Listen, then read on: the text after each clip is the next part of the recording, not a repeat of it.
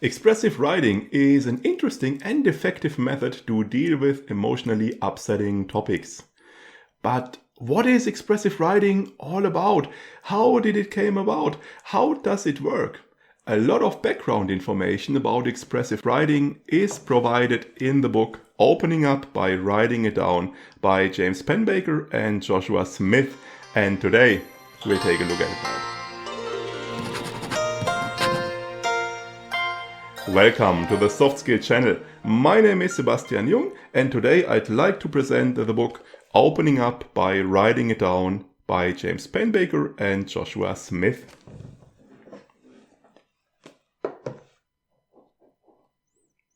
The cover keeps bending, therefore there is a tiny paperclip here. Please just ignore that one. First, I will give you a brief overview over the authors, the topic and the book.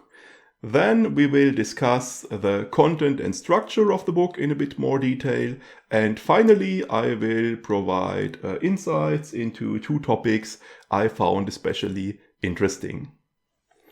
So, James Pennebaker is a professor of psychology at the University of Texas in Austin. And he is the one who first discovered expressive writing in a study in 1986. Joshua Smith is a professor of biobehavioral health and medicine at the Pennsylvania State University. And he also contributed research to expressive writing. There is a bit more information in the book about what studies he participated in and things like that.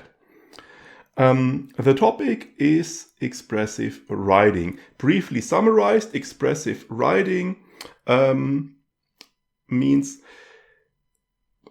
I can better cope with emotional trauma, emotionally upsetting experiences by writing about them. This is quite a proven method, and in studies over the years, several positive effects have been discovered. This book, Opening Up by Writing It Down, was first published in 1990, back then under the title just Opening Up. And over the years it has been edited and republished a couple of times. This book clearly focuses on providing information and background information. It is not a workbook. Pennebaker also published Writing to Heal, which is unfortunately no longer available in English, and Expressive Writing, Words That Heal, together with Evans. Those are more like workbooks, where you get instructions if you want to try expressive writing, how should you do it, with specific exercises and everything. And here in Opening Up by Writing It Down, this one is more about providing information. So the basic promise is we acquire a good understanding of what expressive writing is, how it works, about topics closely related to it. And in the process, we also learn a bit about how to use expressive writing, but it is not the book's focus. Let's have a look at the content and structure of this book. There are 10 chapters in this book, and my impression is that they are a bit like individual essays. They are, of course, connected by a recurring theme, and there are some relations. However, they are independent to a large degree. Each chapter has a specific topic and is kind of finished in itself. I would think if you would read the chapters in some random order, it would not severely hurt your understanding. It should still work somewhat well. So let's have a look at the chapters. Chapter 1 describes the prelude to the discovery of expressive writing. how did Pennebaker and Smith come to be interested in this topic? There is some information about the topic of confession. What happens if someone finally talks about something he couldn't talk about before? He had to keep secret, things like that. There is a bit of information about the relationship between mind and body, things like the polygraph that can detect to some degree if people are lying, psychosomatic illnesses, things like that. The second chapter is about the invention of the expressive writing approach. Here we get a bit more information about that first study Pennebaker did in 1986, where expressive writing was first discovered. Chapter 3 provides some more information about the health benefits of verbal and written disclosure, about the so-called letting go effect. If I had to keep things secret, if I couldn't disclose my experiences, my feelings and thoughts, and I'm finally able to do it, be it verbally by telling something or in writing, what happens, what effects does this have? The fourth chapter is about expressive writing and chronic health problems. From the very beginning, typical finding in expressive writing studies was that it has positive effects on health. A typical finding is that those participants who actually did expressive writing, that they had less doctor visits in the month afterwards than the control group who did something else. However, the first studies about expressive writing were always done with college students as participants, since they are easily available. So they were done with people who are young and healthy. And at some point, researchers wondered, maybe we should also try it with people who are actually sick. And so they did. In that fourth chapter, there is some information about how an illness works and at what points expressive writing can be effective. And we get several types of illnesses, areas of illnesses are discussed in regard to whether expressive writing has positive effects, what findings we have from studies about that specific illness. Chapter 5 is about expressive writing in learning and education. This is quite interesting because it takes us beyond this classic application of dealing with emotional trauma and in more general areas. And it's quite interesting. We learn a bit about writing diaries, about taking notes, but all of that rather briefly. This is certainly one chapter where I would have wished for some more detail, some more in-depth information, but I guess it would have been too much for one topic out of 10 to describe it in more detail, more extensively. Chapter 6 is about undesired thoughts, about brooding, rumination, because that's a typical effect if we have something that is burdening us on an emotional level, that we are constantly thinking about it, can't get it out of our minds. So in this chapter, we learn a bit about how those undesired thoughts work, what our typical strategies are for avoiding or repressing them, things like that. Chapter 7 describes how people cope with trauma and how they differ in their ways to cope with trauma, because there are of course different approaches and people take different amounts of time to cope with traumatic experiences. So we learn a bit about that.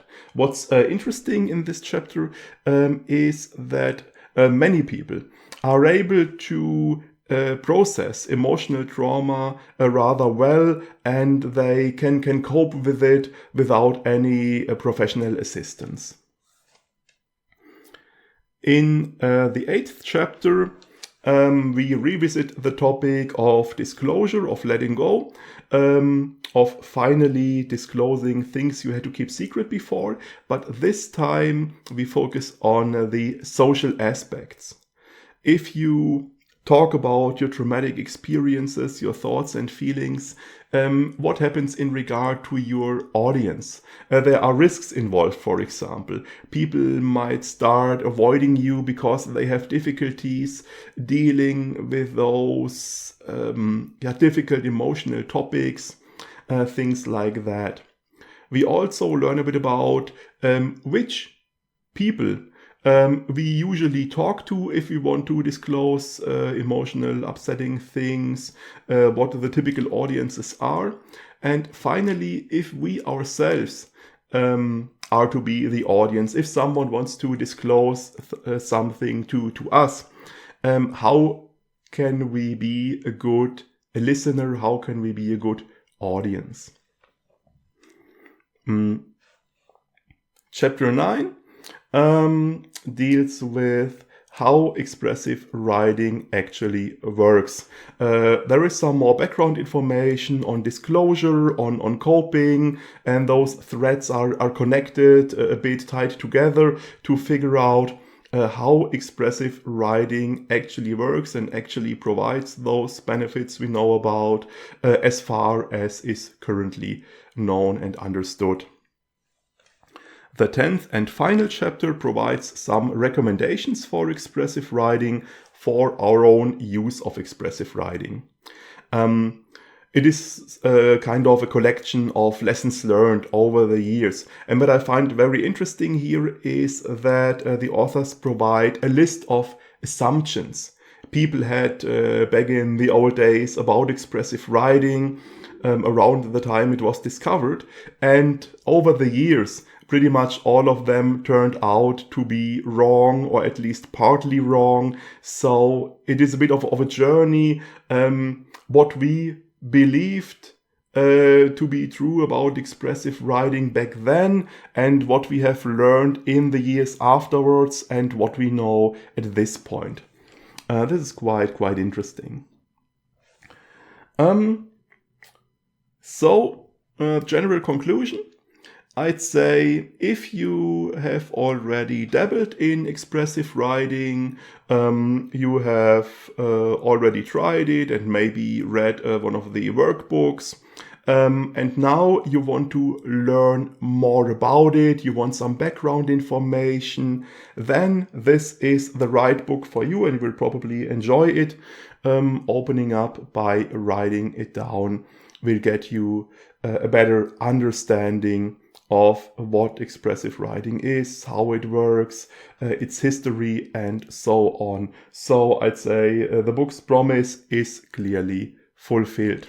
However, if you are just starting and you are mostly interested in trying out expressive writing yourself, it would probably be more helpful to get one of the workbooks first.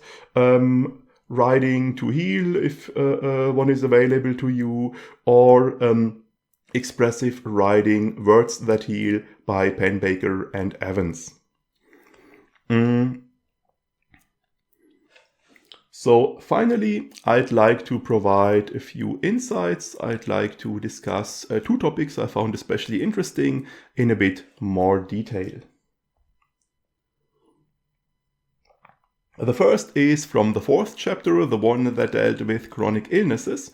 And it is the question, how can expressive writing actually improve the condition of people who are sick? And here the authors describe 3 basic components of an illness. The first component are the biological processes that take place in our body. And here it is pretty hard to imagine that expressive writing can do anything. There is a very interesting study described where participants had a small tissue sample taken from their arms, and taking this tissue sample left a small wound. And during the study, it was measured how well those wounds healed for those participants who actually did expressive writing and for the control group.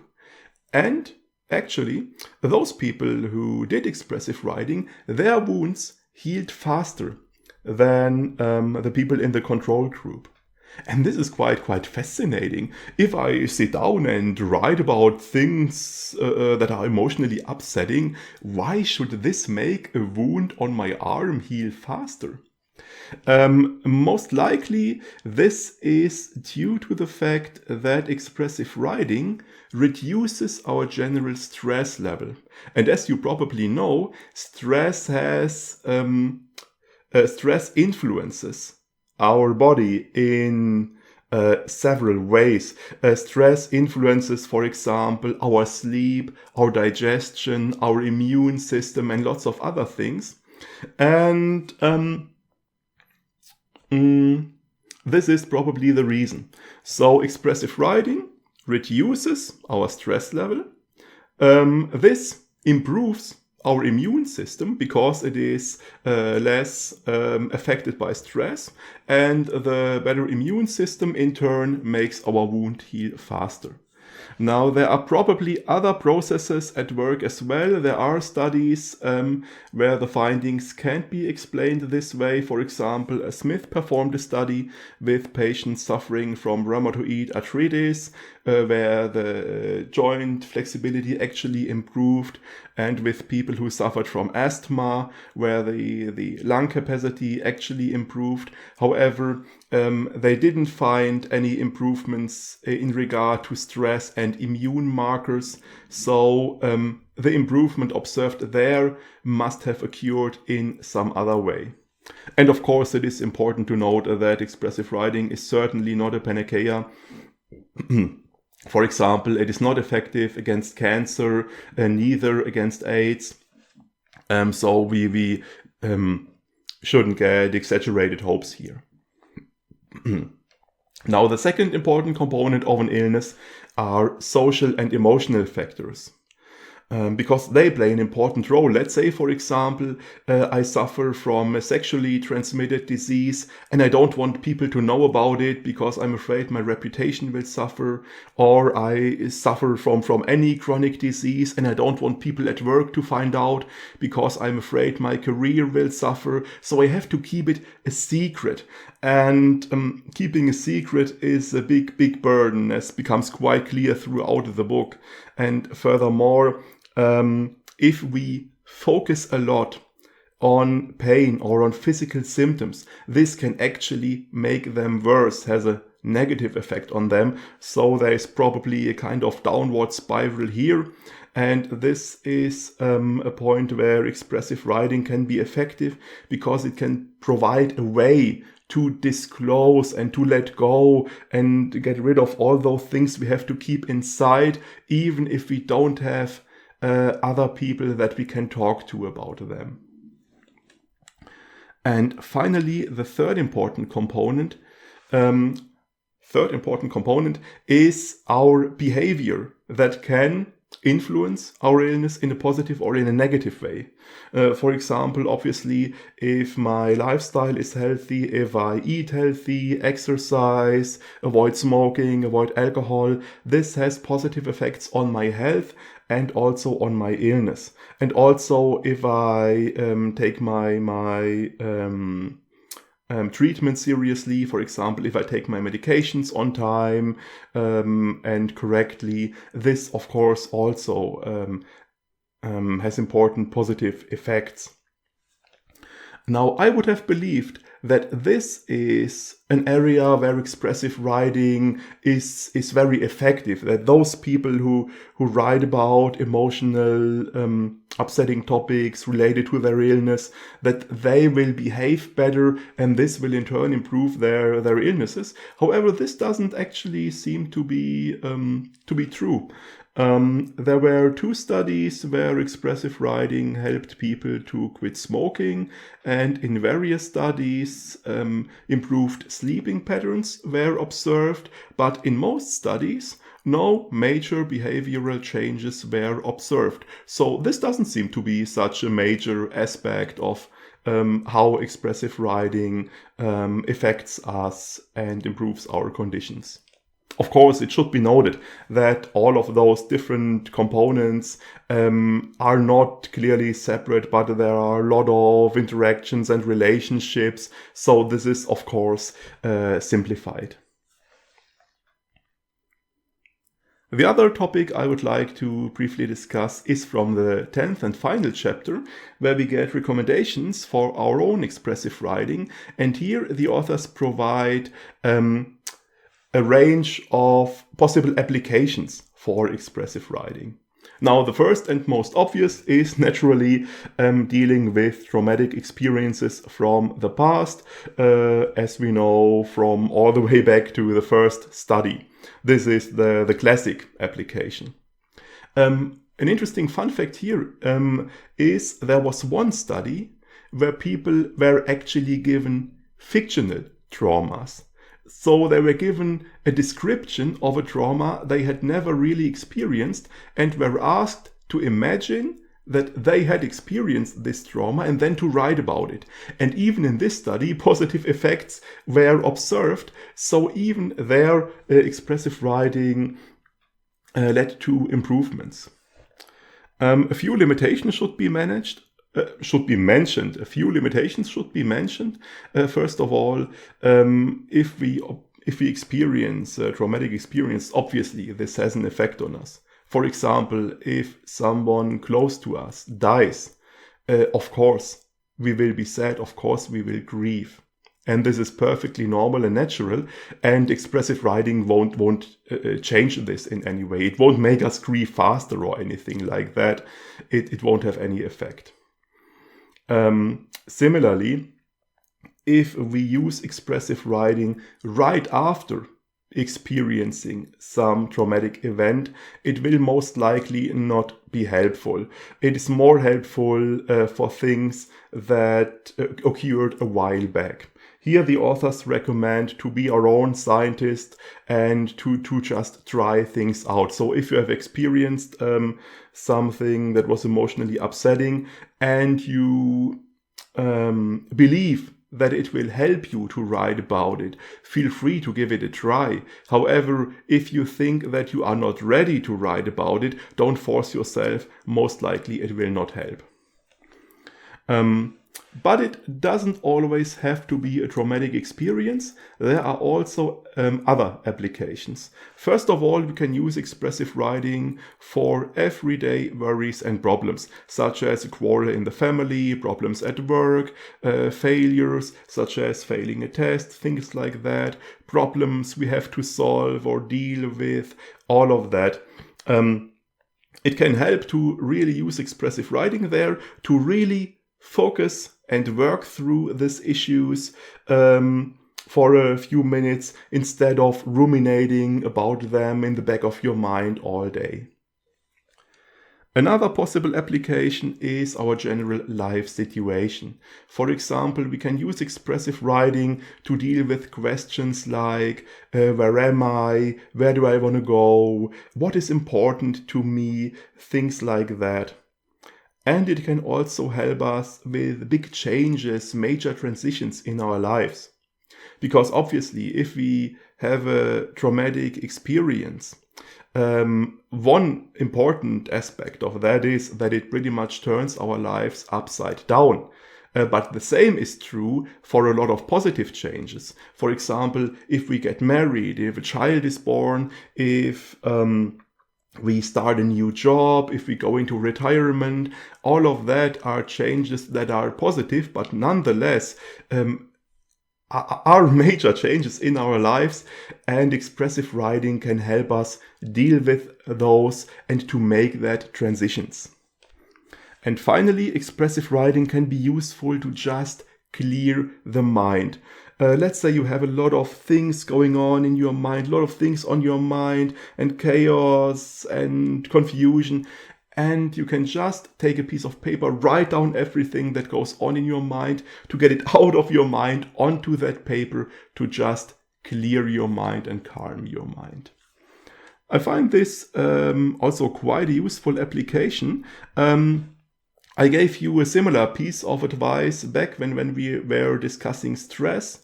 If you have difficulties relaxing in the evening after work, if you can't get all those work topics out of your mind, something you can try is when you finish work, take a piece of paper, write down everything that's on your mind regarding work. All the problems that are still unsolved, questions that are unanswered, everything you've been working on and that is not yet finished, write it all down, because you can get it out of your mind onto the paper. That this will make it easier to relax in the evening, and the next morning when you start work again, you can just read that and just continue right where you left off. And of course, this technique is pretty much the same basic idea. One final thing I found interesting here is now what is usually what those studies are usually about is, are there actual measurable effects? Are there measurable differences between the test group who performs expressive writing and the control group who does something else? However, what does that control group actually do? In a lot of studies, especially back then, they were given a task that was described to them as a time management exercise. For example, they were asked to write about what they did in the previous week, or what they were planning to do in the next week, things like that. And what's interesting here is that, and now obviously you don't tell the control group that they are the control group, because this would it wouldn't work at all if you did that. So they believed they were doing something meaningful, and after the study they usually gave positive feedback. They said this time management exercise was interesting, it was helpful and was valuable to them, and they were glad they took part in the study. So even though there were no measurable benefits for them, for the control group, their personal impression was that it was still helpful to them. And I think that's interesting, because the authors recommend to be our own scientists, to just try things, try to figure out what is helpful to us personally. And we should really do that, because to us, our main objective is not to have one less doctor visit in the next quarter, but to find something that helps us deal with our everyday problems and our day-to-day life. So, finally, if you want to learn more about expressive writing, get some background information, then opening up by writing it down is a good point to start, and will probably be an interesting and helpful book to you. I hope you enjoyed, and I hope you enjoyed this video. We will see each other in the next video. For today, I take my leave. Have a nice day. See you next time.